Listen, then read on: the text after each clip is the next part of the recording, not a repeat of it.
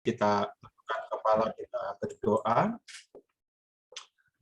Ya Tuhan, ketika kami merenungkan setiap syair demi syair lewat pujian yang baru kami naikkan, Tuhan. Sesungguhnya pujian ini bukan hanya menguatkan dan mengingatkan kami, tetapi barangkali juga menegur kami, Tuhan. Jikalau kami sungguh beriman kepada Yesus Kristus yang adalah Tuhan dan Juru Selamat, yang sudah menanggung dan memelihara hidup kami, yang sudah menyelesaikan persoalan terbesar kami, dosa, dan menyelesaikan ketakutan kami terbesar, kematian. Seharusnya ya Tuhan, di dalam menjalani hidup kami sehari lepas sehari, hidup kami adalah hidup yang terus memandang kepada Allah, dan hidup yang penuh dengan ketenangan menghadapi gejolak dan segala persoalan di muka bumi ini. Namun ya Tuhan, betapa lemahnya kami. Karena meski hidup kami dan roh kami ada di dalam Engkau, tetapi kedagingan kami seringkali lebih berkuasa atas roh kami. Sehingga betapa lemahnya ya Tuhan akan iman kami ketika kami menghadapi pergumulan-pergumulan itu. Biarlah kasih setiamu yang besar dan agung yang Kau sudah berikan kepada hidup kami ini, Tuhan, membuat kami kembali disegarkan, diingatkan bahwa hidup selama kami di muka bumi ini tidak akan pernah lepas dari pergumulan dan masalah yang tidak akan pernah habisnya. Tapi kasih setia Allah jauh melampaui, lebih besar daripada persoalan-persoalan yang kami hadapi. Sehingga kekuatan dan anugerah Allah cukup bagi kami untuk menjalani hidup ini sampai kesudahannya. Dan sekarang pagi hari ini ketika kami diajak kembali melalui persekutuan The Mission ini, Tuhan, untuk belajar kebenaran firman-Mu. Ada sudah begitu banyak firman yang kami mengerti, kami pelajari, bahkan dulu yang kami tidak paham dengan bagian ayat-ayat tertentu menjadi paham. Bahkan ketika kami dulu bingung dengan berbagai pergumulan-pergumulan teologi, sekarang kami dibukakan. Tetapi ya Tuhan, biarlah itu bukan hanya sekedar berhenti pada kognitif kami saja, tetapi itu terlihat dan real di dalam kehidupan kami yang nyata. Iman kami diperlihatkan ketika kami hidup di dalam berkeluarga, hidup di dalam pekerjaan, hidup di dalam berelasi dengan siapapun. Bahkan ketika kami harus berhadapan dengan pergumulan-pergumulan hidup ini. Sekarang kami akan belajar kembali firman-Mu. Biarlah firman ini sekali lagi menyegarkan kami dan memperlengkapi kami dan semakin meneguhkan iman kami di hadapan-Mu. Tuhan memberkati hamba-Mu yang akan menjadi fasilitator pada pagi hari ini. Dia tidak jauh lebih beriman, lebih pandai, lebih berilmu. Tetapi jika pagi hari ini Tuhan anugerahkan untuk memimpin, itu adalah privilege.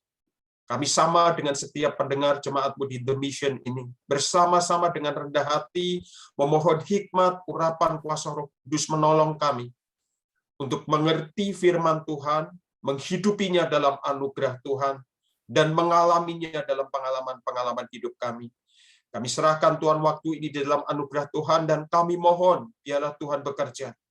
Memberkati jaringan internet yang kami pakai dan segala alat elektronik yang menjadi sarana bagi kami untuk bersekutu pada pagi hari ini. Kami berdoa, bersyukur di dalam nama Tuhan kami, Yesus Kristus. Amin. Shalom Bapak Ibu dikasih Tuhan, selamat pagi. Senang bisa bertemu kembali dengan Bapak Ibu semuanya. Saya akan membagikan dulu PowerPoint saya. Mari kita buka bersama-sama dari kitab Mazmur 63. Hari ini kita akan belajar kitab Mazmur, Bapak Ibu. Saya memberikan judul Your Love is Better Than Life, kasih setiamu lebih besar daripada hidup. Mazmur 63, satu mazmur yang ditulis oleh Daud di dalam pergumulan dia yang begitu berat, tapi dia melihat bahwa bukan penyelesaian masalah yang utama, tetapi bagaimana dia memandang akan kasih setia Allah. Mazmur 63 diberikan judul Kerinduan kepada Allah. Judul ini diberikan oleh Lembaga Alkitab Indonesia. Saya akan bacakan ayat 1 sampai ayat yang terakhir atau ayat 12.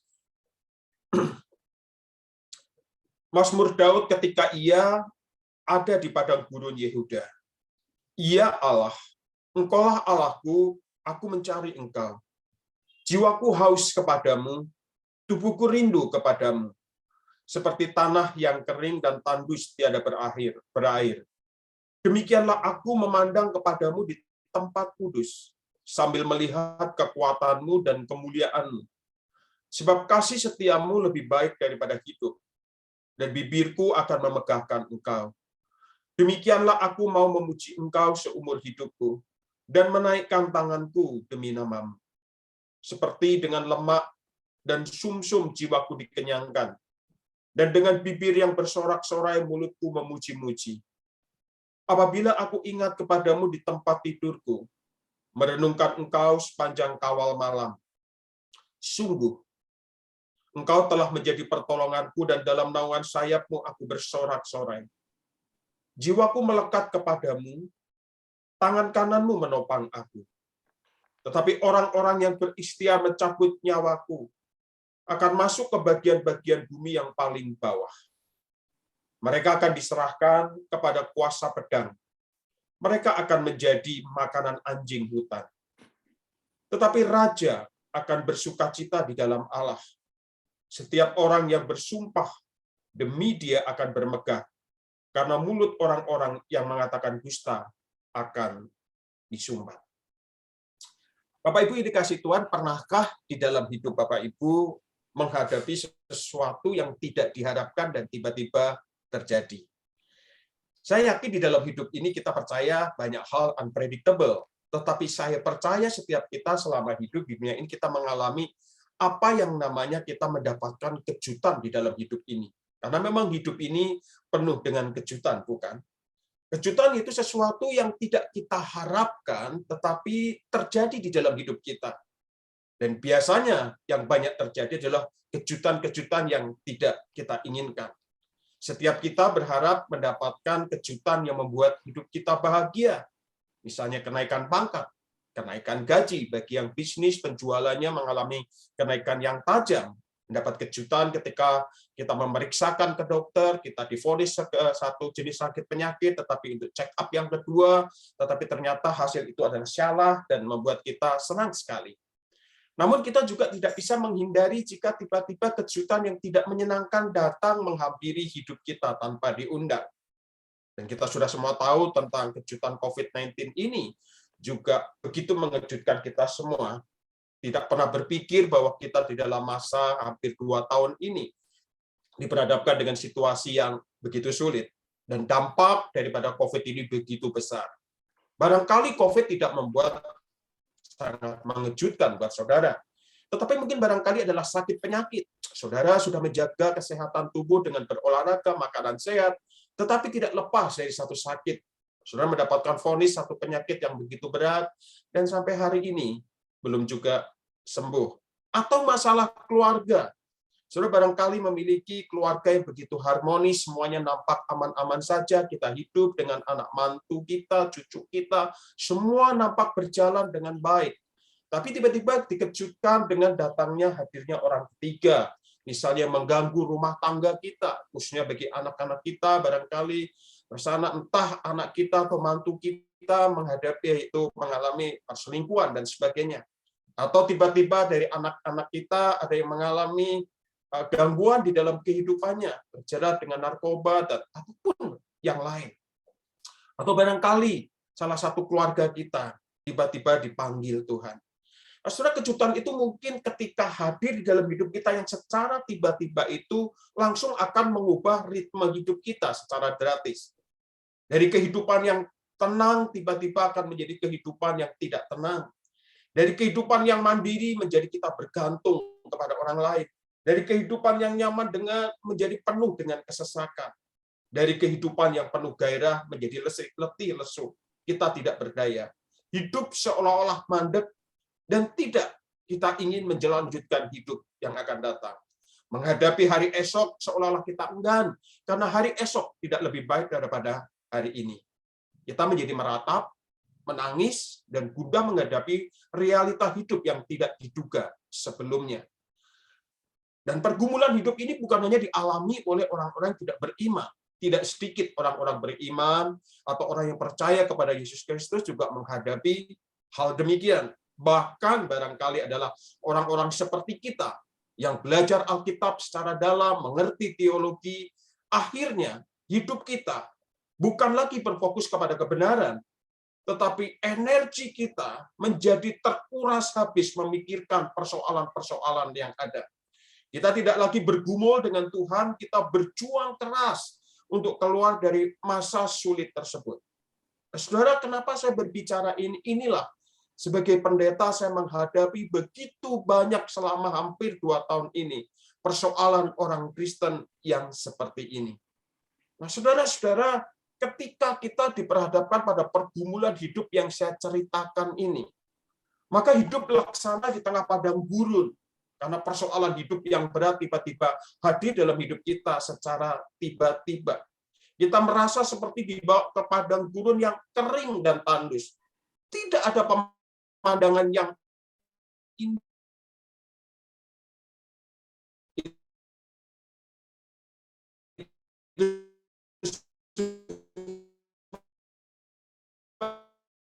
Yang saya katakan tadi, jauh mata memandang hanyalah saya atau wilderness. Saudara, barangkali kalaupun kita tidak berani mengakuinya, kita mengalami hidup ini. Saudara, Mazmur 63 adalah Mazmur yang Daud tulis ketika ia sedang berada di padang gurun. Nah, kalau kita melihat latar belakangnya, saat itu Daud harus lari dari Absalom, anaknya sendiri yang ingin menjatuhkan dia, merebut tahta kerajaan dari tangannya, bahkan mencabut nyawanya. Maka saya katakan tadi, jika bicara tentang kejutan hidup yang tidak diharapkan, maka Daud ketika menulis bagian ini sangat mengerti bagaimana rasanya. Saudara bayangkan, dia memiliki seorang anak Absalom yang sangat dikasihi, dibesarkan dari kecil, dan dia harapkan bahwa anak ini kelak menjadi bagian dari kebahagiaan Daud. Ternyata diam-diam merencanakan hal yang jahat pada ayahnya sendiri. Dan rencana itu bukan hanya terjadi tiba-tiba, bahkan rencana itu dikerjakan oleh Absalom selama 4 tahun. Tanpa sepengetahuan Daud, diam-diam Absalom itu seperti menusuk dari belakang, menyebarkan bibit-bibit ketidaksukaan pada orang-orang di sekitar Daud bagaimana sifat Daud itu. Tujuannya apa? Agar mereka tidak lagi berpihak kepada Daud yang adalah ayah kandungnya sendiri. Dan kemudian beralih berharap kepada Absalom lah yang menjadi raja. Sudah mendapatkan fitnah, tentu hal yang tidak enak. Dan itu paling sangat mengganggu. Bayangkan kalau dalam kehidupan saudara semua tenang-tenang saja, saudara hidup sudah menjaga integritas. Tetapi orang terdekat saudara, orang yang sangat dekat sekali, lalu memfitnah saudara atau menyebarkan berita-berita yang tidak benar tentang kehidupan saudara. Nah, sudah kenyataan pahit itu karena ternyata Absalom bukan hanya memfitnah, tetapi merencanakan kejahatan untuk menghabisi nyawa daripada Daud yang adalah ayahnya itu sendiri. Sudah kenyataan pahit itu membuat Daud terpaksa melarikan diri. Daud pergi bersama beberapa pegawainya yang masih loyal. Dan Alkitab mencatat, kalau sudah nanti baca, di dalam 2 Samuel pasal 15, di sana berkisah tentang pengkhianatan Absalom pada Daud ini. Nah, di dalam ayat 20 di sana dikatakan, Daud pergi mendaki Bukit Zaitun sambil menangis. Dia menutupi kepalanya dengan selubung sambil berjalan tanpa kasut. Ini menjadi tanda perkabungan atau tanda kesedihan yang sangat dalam. Bahkan di bagian lain bagaimana Daud kemudian meratap menyebut nama Absalom itu, Absalom, Absalom. Ini menjadi satu jeritan hati ketika sebuah nama dipanggil 2 kali. Itu menjadi sesuatu yang menjadi pikiran dia terus-menerus. Itu bukan hanya berhenti di situ, saudara-saudara. Kesedihan itu makin bertambah ketika di tengah jalan Daud mendengar berita bahwa Ahitofel adalah penasihat yang selama ini dia percayai, ternyata bersekongkol dengan Absalom untuk menjatuhkan dia. Dia berharap Ahitofel yang selama ini mengerti rahasia Daud, mengerti semua seluk-beluk kerajaan, akan bisa menolong dia, tetapi ternyata dia juga berkhianat. Saudara bisa bayangkan bagaimana kecewanya hati Daud. Kepercayaan yang dikhianati ini sangat menghancurkan hati. Setelah baru-baru ini saya mengkonseling beberapa pasangan yang dikhianati hatinya. Bahkan saya mengkonseling juga orang tua yang dikhianati anaknya. Pilihan mereka hanya satu, dia berdoa. Kalau bukan dia yang mati, adalah yang mengkhianati yang mati. Sudah menghadapi konseling orang yang demikian bukan satu perkara yang mudah. Karena ini bicara perasaan yang sudah begitu putus asa. Itu yang dialami oleh Daud. Apakah Daud berputus asa? Kita juga kurang mengerti. Tetapi ini menjadi satu gambaran bagaimana Daud itu mengalami kekecewaan yang begitu besar. Nah, sudah tidak berhenti sampai di sana. Daud juga menerima perlakuan yang kasar dari keluarga Saul yang bernama Shimei, yang juga masih kerabat keluarga ini. Nah, surat ketika di tengah jalan, ketika Daud menangis, meratap karena Absalom mengkhianati dia, Shimei ini bukan menenangkan dan mendukung. Dia malah mentertawai dan mengutuki Daud. Seolah-olah dia mau mengatakan, makanlah semua ini kutuk dari Allah dan sebagainya dan sebagainya. Sambil apa, saudara? Sambil Shimei ini melempari Daud dengan batu. Sudah tahu ketika seseorang itu dilempari batu, itu adalah satu penghinaan yang luar biasa. Sampai pegawai Daud harus melindungi dengan berjalan di kanan kirinya. Saudara, bisa Anda bayangkan kesesakan Daud itu. Orang mengatakan sudah jatuh tertimpa tangga. Itu sakit sekali. Nah, saudara, di tengah kondisi yang demikian, coba kita berhenti sebentar. Mungkinkah saudara di dalam hidup ini kita bisa lepas dari pergumulan persoalan yang seperti dialami Daud? Barangkali saat ini kita sedang menghadapi masalah yang memang tidak seperti Daud. Tetapi pergumulan-pergumulan yang ada dan iman kita perlu dipertaruhkan di sana. Orang Kristen, orang yang belajar Alkitab, hamba Tuhan, tidak kebal terhadap persoalan-persoalan yang demikian. Nah, saudara, pertanyaannya ketika kita berhadapan dengan pergumulan yang seperti ini, sikap apa yang seharusnya kita itu tunjukkan? Saudara, saya mempelajari dalam pengalaman hidup saya, ada 3 macam manusia dalam kelompok, atau saya katakan ada dalam kelompok Kristen. Saudara, ada yang pertama itu, yaitu ada yang menjadi pengikut Yesus Kristus secara identitas saja. Artinya, hanya Kristen sebatas nama. Jadi mereka tampaknya mengikut Tuhan, mereka rajin ke gereja, kadang-kala juga ikut PA, mereka berdoa, mereka percaya dan mengikut Tuhan, Kristus sebagai Tuhannya, dan mereka pun berkata demikian. Dari mulutnya, aku percaya kepada Tuhan Yesus. Tetapi sebenarnya sama sekali tidak mengikut dia. Karena arti mengikut berarti hidup melekatkan kepada dia. Ketika menghadapi pergumulan, dia jelas karena tidak melekat dan mengikatkan kepada Kristus. Maka dengan mudah ketika persoalan hidup itu dia tidak lagi ingat kepada Kristus. Dia menyelesaikan persoalan pergumulannya dengan caranya sendiri. Atau dia mencari cara-cara dunia. Dia tidak bergantung kepada Allah, tetapi bergantung kepada dirinya. Dia tidak melihat persoalan itu sebagai bagian dari proses iman. Tetapi persoalan itu adalah penghambat hidupnya. Dia orang Kristen, tapi dia tidak terlihat kehidupannya seperti Kristus menghadapi pergumulannya. Macam orang yang kedua adalah, golongan kedua ini adalah mereka yang mengikuti Yesus tetapi dari kejauhan. Seperti Petrus ketika Yesus ditangkap. Mereka orang-orang yang rajin kepada ikut Tuhan. Rajin ibadah, rajin pelayanan, rajin berdoa, bahkan rajin PA dan sebagainya. Tetapi ketika persoalan itu datang, dia meninggalkan Tuhan.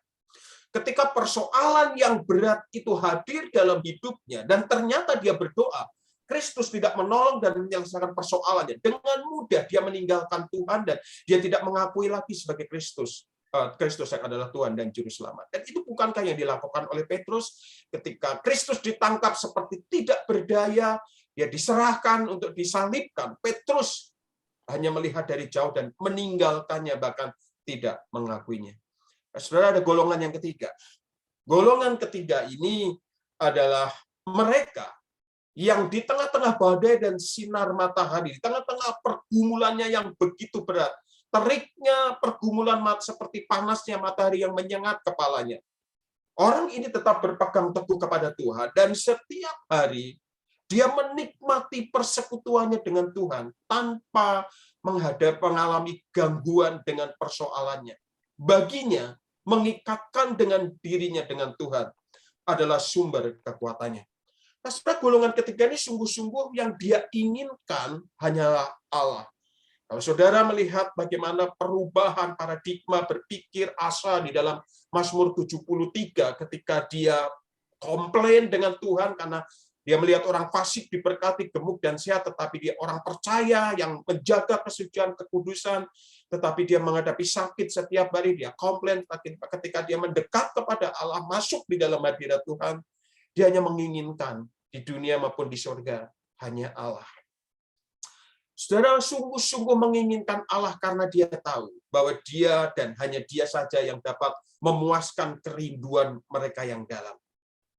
Kepuasan bukan lagi terletak diselesaikannya masalah, kepuasan bukan terletak kepada didapatkannya apa yang didoakannya. Dan inilah yang diperlihatkan Daud menghadapi kesesakan hidupnya, pergumulan tadi. Daud merindukan Allah di atas segalanya. Dan kerinduan Daud itu kalau sudah perhatikan di sana, maka Daud merindukan hadirat Allah, merindukan keterdekatan dengan Allah seperti seorang sahabat merindukan kekasihnya. Karenanya Mazmur ini mirip nyanyian kasih bagi Allah, senandung cinta yang diungkapkan dari hati yang paling dalam, terutama ketika Daud berkata, jiwaku haus kepadamu, tubuhku rindu kepadamu. Nah, saudara, kalau melihat di dalam ayat 2 ini kita secara lengkap mengatakan begini, ya Allah, engkaulah Allahku, aku mencari engkau, jiwaku haus kepadamu, tubuhku rindu kepadamu, seperti tanah yang kering dan tandus tiada berair. Ya Allah, satu kerinduan dari seorang kekasih, seorang yang merindukan belahan hatinya.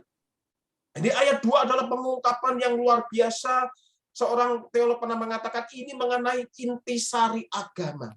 Jikalau seorang mengambil keputusan untuk beragama, maka yang dirindukan di dalam hidupnya bukanlah hal yang lain, yaitu Tuhan yang dia percayai di dalam agama itu. Dan di dalam hal itu dia mengatakan bahwa kalau orang Kristen menjadikan kekristenan itu sebagai agamanya dan Kristus itu adalah Tuhannya, maka ketika dia mengikut Tuhan, maka tidak ada yang dia inginkan dari Tuhan selain diri Tuhan itu sendiri. Nah, saudara, Daud ada di padang gurun Yehuda, tadi saya katakan, salah satu daerah yang paling tandus di muka bumi ini.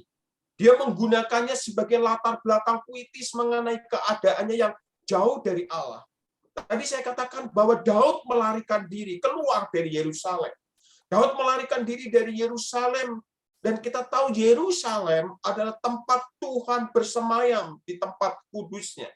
Karena di sanalah, yaitu bait Allah, maupun kita lihat di sana bagaimana simbol-simbol kehadiran Allah ada di sana. Dan di sana Daud selalu menyembah dan memandang kemuliaannya. Daud merindukan tempat itu karenanya. Daud menyadari bahwa kini dia haus akan Allah sama seperti orang yang kehausan di padang gurun. Daud sudah jauh dari Yerusalem, tidak lagi bisa datang ke tempat bait Allah itu untuk menyembah, memuji. Dia sekarang ada di padang gurun. Di padang gurun, saudara-saudara, kita semua tahu apa sih yang paling diharapkan ketika orang mengalami kehausan di padang gurun. Bukan emas perak, bukan yang lain. Yang dia inginkan hanyalah air yang dapat melegakan kehausannya. Dan Daud menyadari bahwa kini dia haus akan Allah, sama seperti orang yang kehausan di padang gurun, tiada berair. Dan rindu akan Allah secara fisik, ketika dikatakan bahwa dia merindukan Allah, tubuhku rindu kepadamu. Ini seperti seorang pelancong yang pergi ke negara musuh. Dan dia ingin sekali beristirahat setelah perjalanan yang melelahkan. Berada di negeri musuh, berada di negeri yang tidak aman, dia merindukan kekasihnya di tempat yang aman. Dan inilah ungkapan ini. Saudara, betapa jarangnya kita mendapati hal itu zaman sekarang. Ayat 2 ini diungkapkan Daud ketika saya ungkapkan tadi, Daud sedang ada di dalam persoalan, pergumulan yang luar biasa. Doa Daud bukan mengatakan, "Ya Allah, Engkaulah Allahku. Aku mencari Engkau supaya menyelesaikan pergumulanku, menjaga nyawaku, dan kiranya Engkau menyadarkan Absalom dan teman-temannya." Enggak, saudara-saudara. Perhatikan kata, "Ya Allah, Engkaulah Allahku." Ada hubungan yang begitu dekat sekali. Engkau bukan Allah orang lain, Engkau Allahku. Engkau Allahku. Hampir semua orang bahkan tidak tahu bahwa Tuhanlah yang sungguh-sungguh dirindukan oleh jiwa mereka. Termasuk saya ketika merenungkan bagian ini, ketika saya belajar Alkitab, mempersiapkan khotbah ini, ketika saya berdoa, bahwa ternyata saya bukan sedang merindukan Allah untuk saya kenal, tetapi saya sedang merindukan pengetahuan-pengetahuan dari ayat ini, apa yang bisa saya sampaikan kepada jemaat. Betapa berdosanya saya. Banyak orang tidak tahu, datang ke persekutuan, datang ke berdoa, datang membaca Alkitab, bahwa Allah yang dia rindukan. Kalau saudara membaca surat cinta dari kekasih saudara, bukankah yang ada di bayangan itu adalah apa yang diucapkan oleh kekasih kita? Saudara, sekali lagi saya ulangi bahwa hampir semua orang bahkan tidak tahu bahwa Tuhanlah yang sungguh-sungguh dirindukan oleh jiwa mereka. Mereka mencari kepuasan dalam benda-benda. Ada orang yang mengenal Tuhan tetapi tidak mengejar hadiratnya. Bahkan mereka tidak merindukannya. Baginya ikut Tuhan adalah mendapatkan sebanyak-banyaknya apa yang Tuhan punya. Dan memuaskan hasrat kita sepuas-puasnya apa yang kita inginkan. Bukankah ini melebihi segala sesuatu yang menjelaskan kelemahan kita orang Kristen? Bukankah ini yang sering yang menjadikan kerohanian kita begitu lemah? Meskipun kita belajar PA tiap minggu, entah berapa kali, apalagi The Mission ini mengajarkan dengan begitu dalam. Kita berdoa tiap hari, menyanyi rohani tiap hari. Saudara, jikalau hanyalah memuaskan hasrat kita, bukan mencari Allah, bukankah ini menjadi satu kelemahan kita? Menurut saya, orang Kristen zaman sekarang memiliki agama tetapi tanpa kuasa karena mereka tidak merindukan Allah secara mendalam seperti Daud ini. Saudara, satu lagi yang patut disimak mengenai ayat 2 ini. Saudara, kata kerja mencari, seek, itu adalah kata kerja yang tidak lazim kalau saudara belajar bahasa Ibrani yang berhubungan dengan kata benda dalam bahasa Ibrani. Dan itu artinya fajar dan dapat diterjemahkan pagi-pagi sekali aku mencari engkau, atau aku mencari engkau dengan segenap hati. Kalau saudara membaca NIV memakai pilihan yang kedua, aku mencari engkau dengan segenap hati. Dan mungkin ini benar, tetapi King James Version menggunakan kata pagi-pagi sekali. Jadi bagi saya, saudara-saudara, ini adalah ungkapan dua hal yang bisa kita gabungkan. Pagi-pagi sekali, aku mencari engkau dengan segenap hati. Bukankah ini yang menjadi koreksi kita? Apa sih pagi-pagi sekali yang kita cari? Berita. Masuknya pesan di handphone kita. Selesainya masalah kita. Pagi-pagi sekali, apa ya sih yang kita rindukan? Benarkah Allah? Ini menjadi pertanyaan buat saya, dan saya nggak tahu apakah menjadi pertanyaan buat saudara. Pagi-pagi sekali, bahkan saya sebagai pendeta hamba Tuhan, bukan Tuhan yang saya rindukan, bukan Tuhan yang saya cari. Kadang-kala saya sibuk dengan jadwal hari ini. Tuhan hanyalah menjadi pelengkap dalam hidup saya. Tetapi pemazmur berseru kepada Allah, Engkaulah Allahku. Ia mencari dan merindukan Allah. Hasratnya akan Allah adalah sangat kuat seperti gambaran tanah yang kering dan tandus, tiada berair. Saudara, seperti tanah kering dan tandus membutuhkan air, demikianlah jiwa Daud rindu akan Tuhan. Daud ada dalam pergumulan penderitaan, walaupun ia tidak menjelaskan kepada kita seperti apa penderitaan itu mengakibatkan dirinya. Tetapi saudara-saudara, lazimnya seorang yang punya persoalan, dia datang kepada Allah, merindukan dan berseru kepada Allah, karena memiliki kebutuhan akan Allah untuk menyelesaikan persoalannya. Tidak meminta pertolongan kepada dia. Ini bukankah memang sifat kita yang tidak salah? Lazimnya ketika kita punya persoalan, pergumulan, kita merindukan Allah, datang kepada Allah, karena kita punya kebutuhan untuk minta pertolongan bagi Dia. Tetapi perhatikan, Daud datang kepada Allah untuk apa? Daud datang kepada Allah dikatakan, demikianlah aku datang kepadamu, aku memandang kepadamu di tempat kudus. Kata sambil LAI menjelaskannya kurang pas. Hendak melihat kekuatanmu dan kemuliaanmu. Jadi di tengah penderitaannya, Daud hendak memohon kekuatan dari Allah yang akan membawa saudara. Dia ingin melihat kekuatan Allah yang akan membawa kelepasan baginya dan hendak melihat kemuliaan Allah yang dinyatakan pada kelepasan tersebut.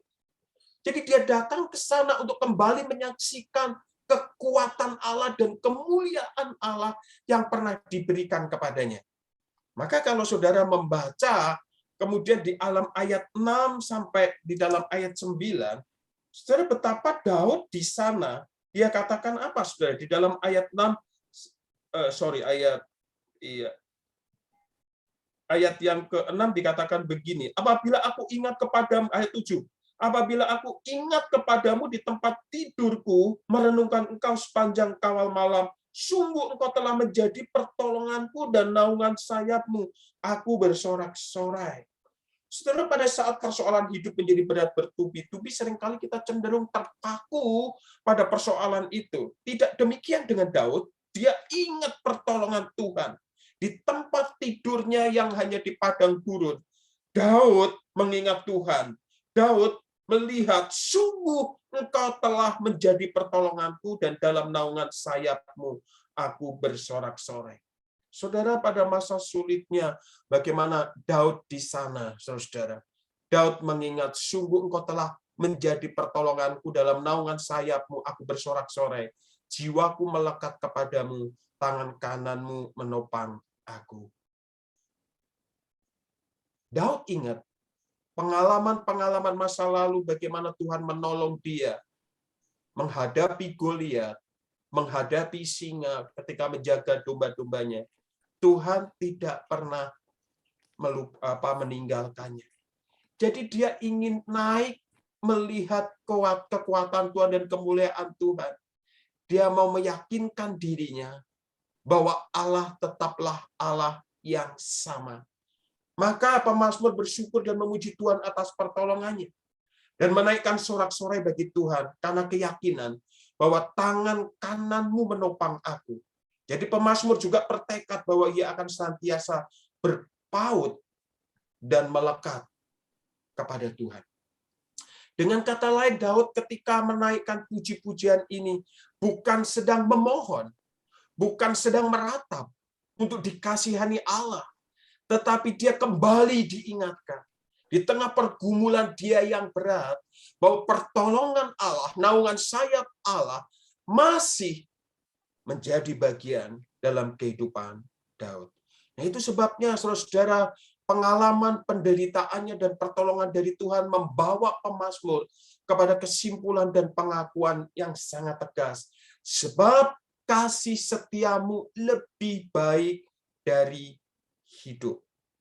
Saudara, kalau dia mau dibunuh, dia dikejar-kejar Absalom, mau dia isi, maka pertama yang perlu dijaga bukankah itu nyawanya, hidupnya. Tetapi Daud sekarang memandang kepada Allah, nyawa hidup tidak ada artinya.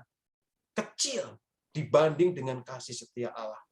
Saudara, ungkapan ini patut menjadi puncak dari piramid Mazmur 63, karena pernyataan ini adalah dari hasil pengalaman pemazmur bergumul dalam penderitaannya, dan yang akhirnya dimenangkan karena bersandar dan mengandalkan Allah.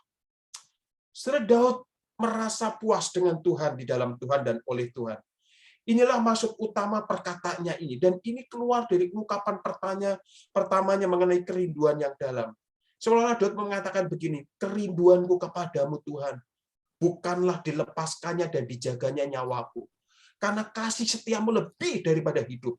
Dan aku sudah menyaksikan itu ketika Engkau menjaga nyawaku dari singa, menjaga nyawaku dari Goliat. Maka aku percaya bahwa aku tidak perlu memohon atas hidupmu, Engkau pun sudah menjaga.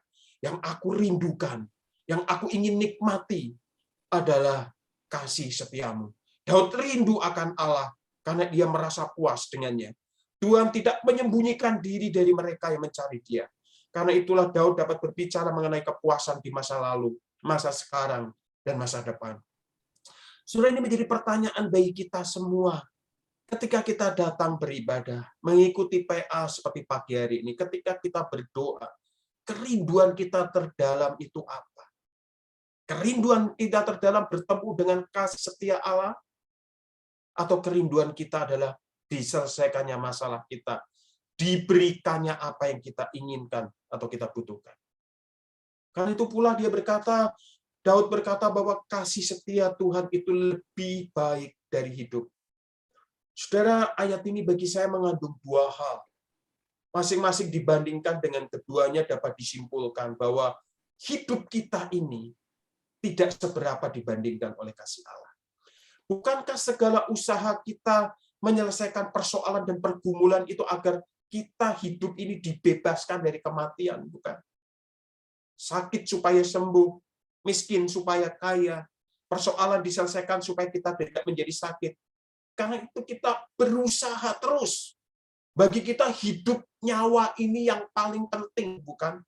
Bahwa ketika persoalan datang itu sebenarnya yang tersirat di sana bahwa nyawa kita terancam. Maka kita mencari Allah untuk menjaga nyawa kita. Maka sudah di tengah pergumulan, karena itu kita berusaha mempertahankan nyawa kita berapapun harganya. Kita akan menyerahkan uang kita daripada ditembak oleh pencuri yang menghendaki dompet kita. Ketika pencuri itu mengatakan pilih nyawa atau dompet, kita memilih nyawa kita. Kita akan rela dioperasi meski menyakitkan atau bahkan merelakan anggota tubuh kita diamputasi jika semua itu dapat memulihkan kesehatan kita. Ketika kita dikatakan menderita sakit kanker di bagian-bagian tertentu dan itu harus dipotong, meskipun itu adalah salah satu anggota tubuh kita yang paling berharga, kita rela melepaskannya asal umur kita diperpanjang. Bagi kebanyakan orang, hidup yang paling berharga dibanding segala milik harta adalah nyawa itu. Dan saya rasa ketika kita mengerti pergumulan Daud yang dikejar-kejar oleh Absalom dan kroni-kroninya ini, maka nyawa Daud adalah yang paling berharga, bukan? Tapi meskipun demikian, saudara, Daud berkata bahwa ada sesuatu yang jauh lebih baik dari hidup, yakni kasih Allah. Kasih-Mu lebih berharga daripada hidup. Oleh itu aku memuji Engkau. Saudara, kata yang digunakan adalah kata hesed. Saya percaya semua yang ada di sini sebagian besar tahu hesed ini adalah sering diterjemahkan sebagai kasih setia atau kasih perjanjian. Dan kasih setia ini menekankan kasih Allah yang tak berkesudahan. Kasihnya teguh dan tidak berubah. Karena itu kasihnya melebihi segala yang terbaik dalam hidup ini, yaitu kehidupan itu sendiri. Saudara, kasih setia, hesed, adalah kasih setia Allah atau hesed ini adalah lebih bernilai daripada hidup pemazmur. Kasih setia ini adalah covenantal love, yaitu kasih Allah oleh karena perjanjian covenant antara Allah dan bangsa Israel. Kita tahu bagaimana kehidupan bangsa Israel yang terus memberontak dan memberontak kepada Allah. Sampai pada suatu ketika bahwa Allah membuat perjanjian kepada Israel. Dan perjanjian itu dibuat bukan karena kebaikan Israel. Perjanjian mana di sini adalah karena anugerah inisiatif Allah semata. Demikian juga ketika Allah membuat perjanjian dengan kita. Perjanjian adalah anugerah Allah karena Ia yang maha tinggi, yang maha tahu, maha kudus, mau mengikatkan dirinya kepada Israel yang memberontak, mengikatkan dirinya kepada kita yang berdosa dan tidak mencari Dia. Menjadikan Israel umat kesayangannya dan dirinya sendiri Allah mereka. Inilah inti daripada perjanjian Allah itu. Aku akan menjadi Allahmu dan kau akan menjadi umatku. Kasih setiaku tidak akan pernah luntur, mesti engkau mengkhianatiku. Di dalam konteks perjanjian, Allah berjanji akan selalu setia mengasihi Israel yang memberontak dan menjadi Allah yang menjaga dan memelihara Israel. Jika Israel terus memegang dan mentaati perjanjian tersebut. Maka saudara-saudara, konsep hesed dari Tuhan berarti Bila kita bersalah dan mencari Allah, Ia mengampuni kita. Bila kita lemah, Ia menolong kita. Bila kita diancam, Ia melindungi kita. Allah adalah Allah menjadi segala-galanya bagi kita. Allah tidak pernah berhenti mengasihi kita.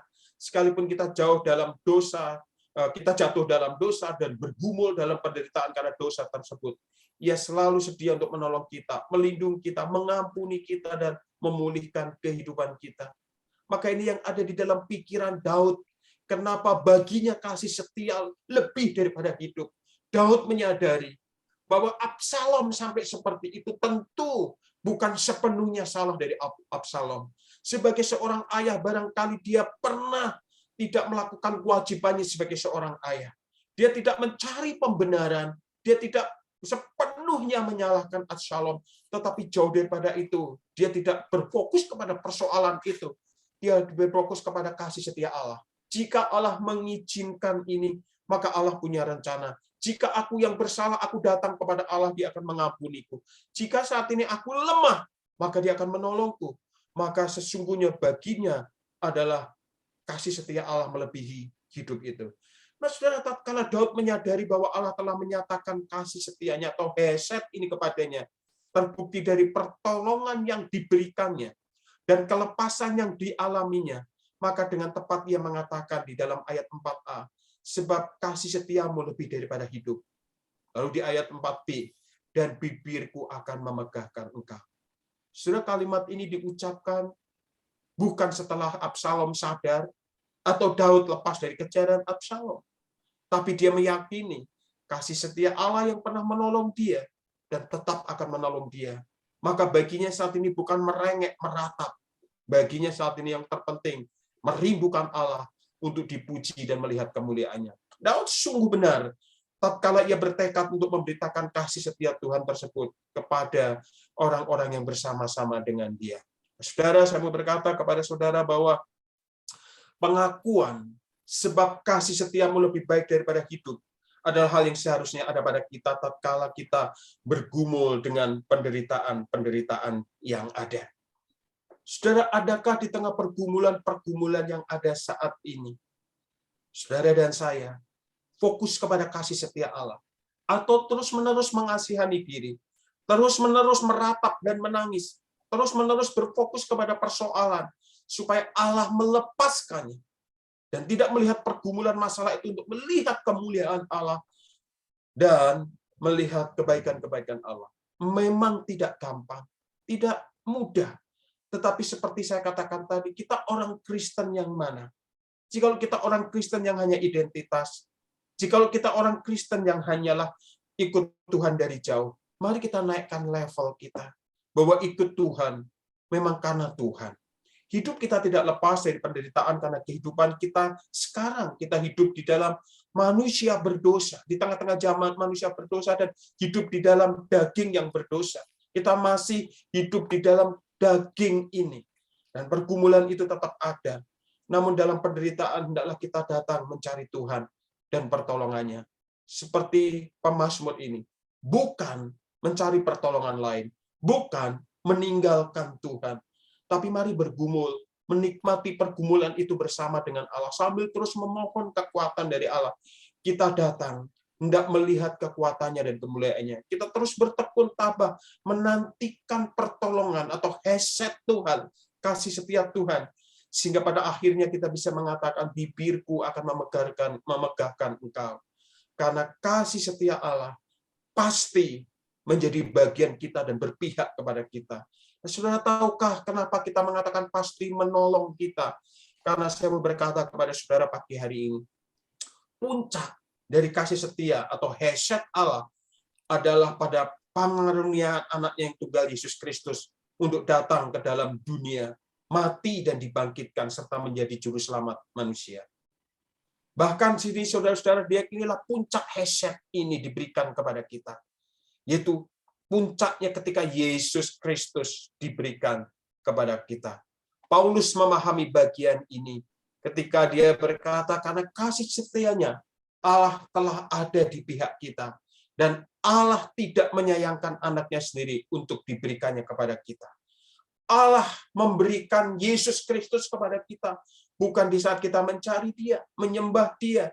Dia memberikan kepada kita, Dia mengasihi kita, Dia mati bagi kita. Roma pasal 5 ayat 6 mengatakan ketika kita masih berdosa.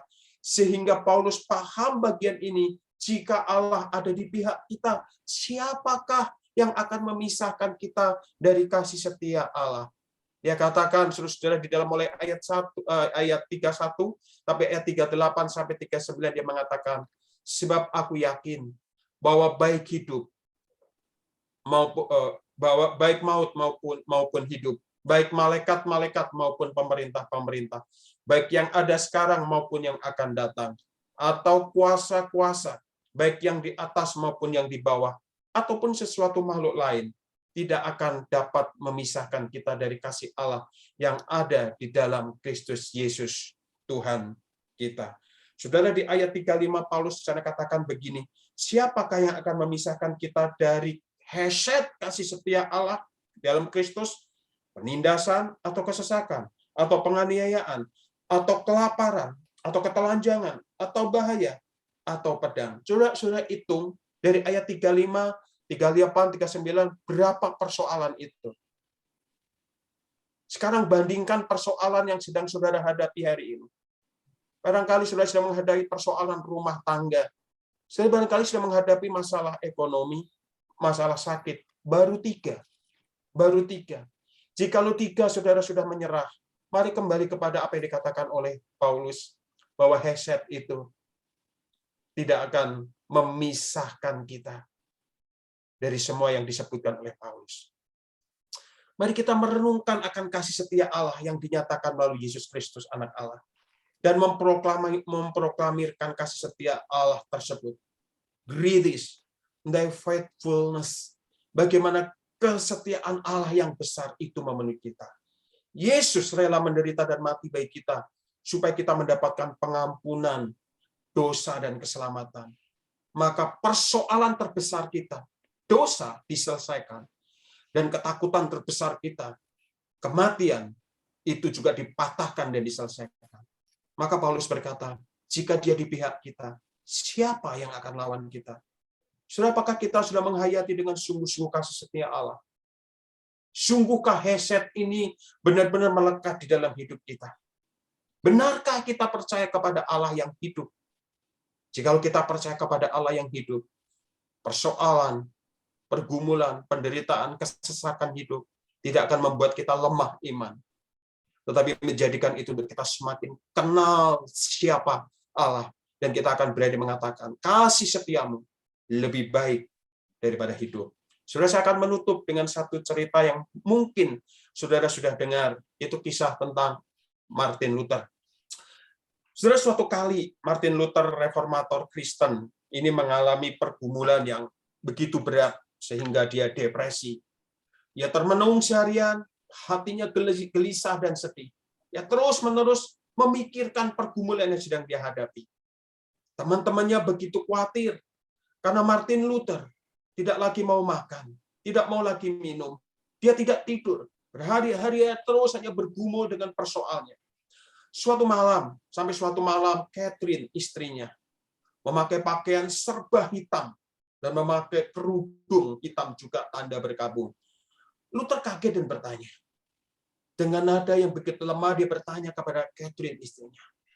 Catherine, ada apa? Kenapa kamu memakai baju hitam? Siapa yang meninggal? Dan dengan sedih istrinya menjawab, sungguh mengerikan suamiku. Tuhan kita sudah meninggal. Iya, Tuhan kita sudah meninggal. Tuhan kita mati. Mendengar jawaban istrinya, Luther begitu marah. Dari dia yang lemah, dia bangkit dari duduknya. Dan dia berkata, kamu apa-apaan? Apa maksudmu? Tuhan kita mati. Tidak mungkin Tuhan kita, Allah kita itu mati.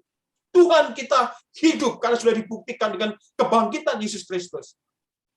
Dengan nada marah, Martin Luther membentak istrinya Catherine ini. Namun Catherine menjawab, kalau memang kamu percaya Tuhan itu hidup dan tidak mati, Mengapa tindakanmu menunjukkan bahwa Tuhanmu sudah mati? Kalau memang Tuhan itu hidup, harusnya kamu beriman dan menghadapi masalahmu dengan tetap percaya pada Tuhanmu yang hidup itu. Bahwa kasih setianya melebihi hidupmu dan lebih baik dari hidup itu. Dan saat itu Luther disadarkan melalui teguran istrinya bahwa dia telah bertindak seolah-olah Tuhan tidak ada. Sebagai penutup, saya mau bertanya kepada saudara, bagaimana dengan kita? Apakah selama ini kita menunjukkan bahwa kita adalah orang yang percaya pada Tuhan yang hidup dan berkuasa itu? Kita meyakini bahwa kasih setianya, hesed itu, lebih baik daripada hidup kita sendiri. Nah, bagaimana respon kita ketika menghadapi pergumulan yang berat? Apakah kita memperlihatkan Tuhan Allah yang kita percaya adalah Tuhan Allah yang hidup? Dia adalah Allah yang hidup dan berkuasa? Ataukah kita seperti orang yang memiliki Allah yang mati? Masihkah saudara dan saya mempunyai keyakinan iman bahwa Allah memegang kendali atas segala sesuatu yang terjadi dalam hidup kita? Dia yang mengizinkan kejutan-kejutan hidup itu dalam diri kita. Dia juga yang menyertai kita, dan kasih setianya dari dulu, sekarang, dan selama-lamanya hadir untuk menopang hidup kita. Kiranya Tuhan memberkati kita semua. Amin.